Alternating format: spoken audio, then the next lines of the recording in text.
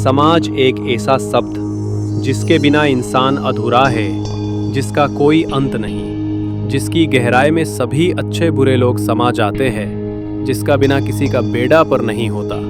उसका नाम है समाज। जय श्री कृष्ण। आज आपको समाज से संबंधित एक कहानी सुनाता हूँ जिसका नाम है बिखरे मोती। एक वृद्ध व्यक्ति जो आसमान में एक टक निहार रहा था, समाज को लेकर चिंतित था कि आज हमारा समाज क्या था और क्या हो गया। ये कहानी हर उस समाज की है जहां हर व्यक्ति समाज के हर काम में बरहत चरा कर हिस्सा लेते थे, एक दूसरे के बिना नहीं रहते थे। हर गांव के लोग पहले तारीफ किया करते थे कि फला गांव के लोग हर त्योहार मिलजुल कर और बड़ी धूमधाम से मनाते हैं। और आज ऐसा क्या हुआ कि समाज पूरा कई टुकड़ों में बंट चुका है। कोई एक दूसरे को देखना पसंद नहीं कर रहा। समाज में आज हर कोई एक दूसरे को नीचा दिखाने की हुड्ड मची है। नफरत की चिंगारी धीरे धीरे फैलती जा रही है। सब एक दूसरे को नीचा दिखाने में लगे रहते। हर गांव और शहरों में स्थिति बिगड़ने लग गई थी। ऐसे में समय में गांव के अंदर एक मंदिर में एक साधु ठहरे हुए थे। उन्हें वहां के समाज के हालात की जानकारी मिली तो उन्हें बहुत बुरा लगा।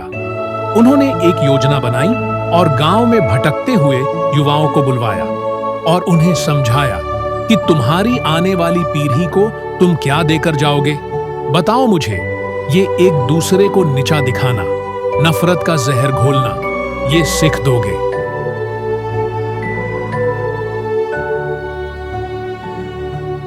आज मैं तुम्हें एक बात समझाना चाहता हूं। उन्होंने अपने शिष्य से कहा, एक लकड़ी लाओ। शिष्य ने एक लकड़ी दी। गुरुजी बोले, इसे तोड़ो। शिष्य ने आसानी से लकड़ी तोड़ दी। फिर गुरुजी ने 10 लकड़ियों का एक बंडल बांधा और कहा, अब इसे तोड़ो। शिष्य ने पूरा जोर लगाया पर लकड़ियां नहीं टूटी। गुरुजी मुस्कुराए और बोले, देखो, अकेली लकड़ी तो आसानी से टूट जाती है, पर जब सब लकड़ियां एक साथ बंध जाती हैं तो कोई उन्हें नहीं तोड़ सकता। ऐसे ही अगर तुम सब आपस में एक रहोगे तो कोई भी ताकत तुम्हारे गांव, तुम्हारे समाज या तुम्हारे परिवार को नहीं तोड़ पाएगी। गांव वालों को अपनी गलती का एहसास हुआ। गुरु की बातें गांव के युवाओं के हृदय में उतर गईं। उन्होंने प्रण लिया कि वे गुरु की शिक्षाओं को हर घर तक पहुंचाएंगे। और सचमुच गांव के युवाओं की टोली घर घर जाकर लोगों को समझाने लगी। किसी को नशे से दूर किया, किसी को झगड़े से, किसी को आलस्य से।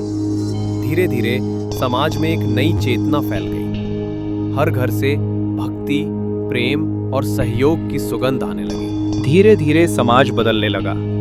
लोग एक दूसरे की मदद करने लगे। झगड़ों की जगह मुस्कुराहट आने लगी।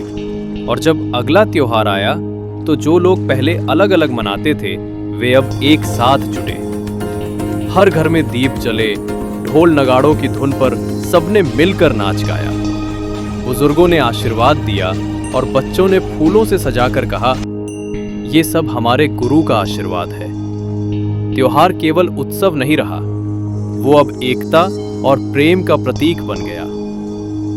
लोग समझ गए कि असली पूजा मंदिर में नहीं बल्कि मानव के हृदय में प्रेम जगाने में है। जब पूरा समाज एक हो गया तब समाज के लोगों ने उस गुरु जी को याद किया कि जिस गुरु की बदौलत आज पूरा समाज एक हो गया, तो क्यों ना हम उस गुरु को समाज की तरफ से उनका मन समान करके उनका आशीर्वाद लें। जब पूरा समाज मंदिर में गया तो वहाँ गुरु जी नहीं थे। जब मंदिर के अन्य पुजारियों से पूछा तो उन्होंने बताया कि हमने तो ऐसे कोई गुरु नहीं देखे। समाज वालों ने पूरा मंदिर ढूंढ लिया पर गुरु जी नहीं मिले। सब थाक हार कर बैठ गए। तभी वहाँ एक अन्य गुरु जी आए और बोले, नलानो, वो कोई और नहीं, साक्षात भगवान श्री कृष्ण थे जो तुम रास्ते से भटक गए थे, तो तुम्हें सही रास्ता दिखाने आए थे। अब भी संभल जाओ, जो भगवान खुद तुम्हें रास्ता दिखाने आए। किस्मत वाले हो तुम लोग। जब सबके मन का अंधकार मिटा तब लोगों को अपनी गलती का एहसास हुआ। सभी ने सिर झुकाकर कहा, हे प्रभु, हमने बहुत बड़ा पाप किया। आपको समझ न पाए, आपकी महिमा को नहीं जान पाए। हमसे भूल हुई, हमें क्षमा कर दीजिए। अब कभी समाज को भटकने नहीं देंगे। हम सदा आपके दिखाए मार्ग पर चलेंगे। आज एक बुजुर्ग मंदिर के सामने हाथ जोड़कर भगवान को धन्यवाद दे रहा था। उसकी आंखों में आंसू थे, लेकिन चेहरे पर संतोष की मुस्कान थी। वो बोला, हे प्रभु, आपने हमारी आंखें खोल दी। आज हमारे समाज को फिर से एक कर दिया।